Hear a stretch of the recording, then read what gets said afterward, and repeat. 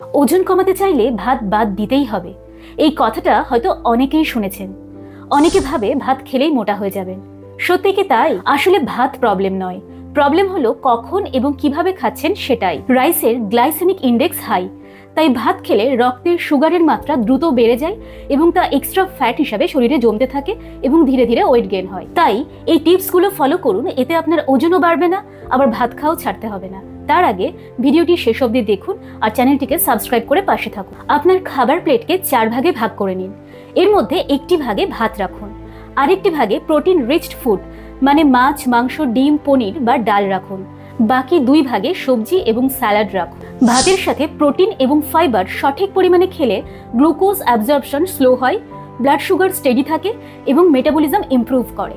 আরও একটি ইম্পর্টেন্ট বিষয় হলো, ডিনারে ভাত বা হেভি মিল খেলে বডি ইজিলি ক্যালোরি বার্ন করতে পারে না, কারণ রাতে আমাদের অ্যাক্টিভিটি খুব কম থাকে।